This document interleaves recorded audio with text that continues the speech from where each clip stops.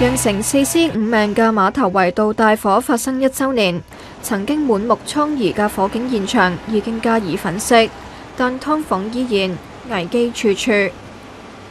發生3級大火，樓齡55年嘅馬頭圍道111號同埋113號大廈，總共有14個單位。火警之後被揭發大廈有幾大問題，包括係劏房滿布、單位後門被封、樓梯塞滿雜物、前梯嘅牆壁被擅自鑿開等等。1年之後，我哋再到現場巡查，燻黑嘅樓梯已經塗上白色，被擅自鑿開嘅牆壁亦都回復咗原貌。不過我哋仍然發現最少2個單位被改成劏房，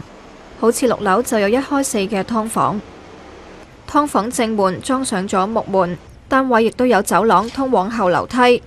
不過通道放置咗鞋架，後門亦都上咗鎖。部分樓梯放置咗唔少木板、布料同埋發泡膠等嘅雜物，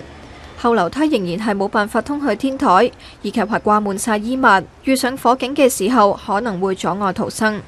而同區嘅舊樓同樣係危機處處，附近環樂街有大廈，防煙門唔單止長開，樓梯亦都放置咗雜物，單位被間成劏房，逃生嘅後樓梯亦都被阻。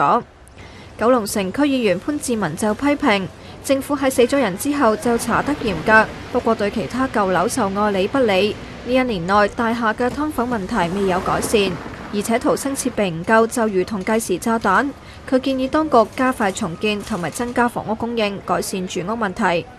ONTV 東方電視新聞台報道。